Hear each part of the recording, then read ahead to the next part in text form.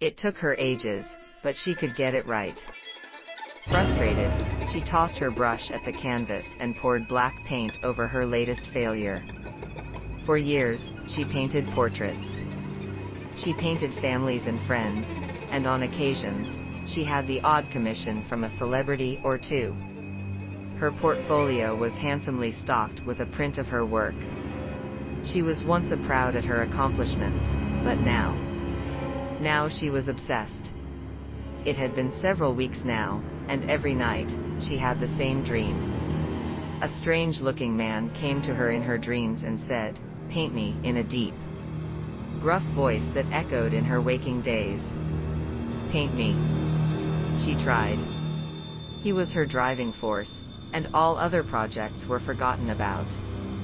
Her phone showed hundreds of missed calls, and the kitchen had not been touched in ages.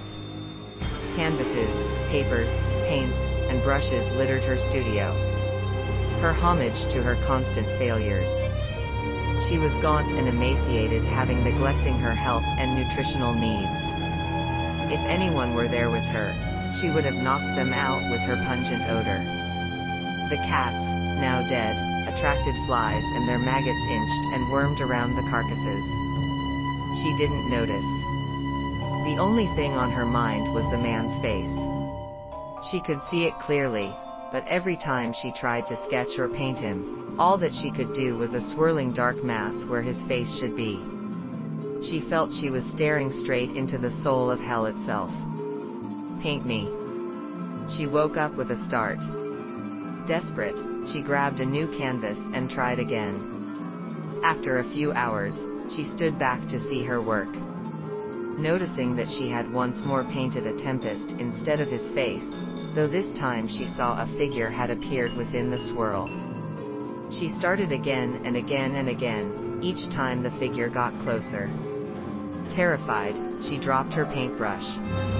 It was the man of her dreams, but before she could react, she was grabbed by the man and wrenched into the maw of hell.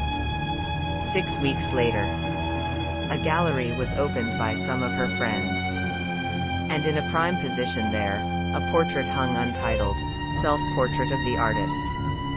The creepy thing, though, is her face was a dark, swirling mass, and some claimed they could see a figure of a woman stuck in a moment of torture.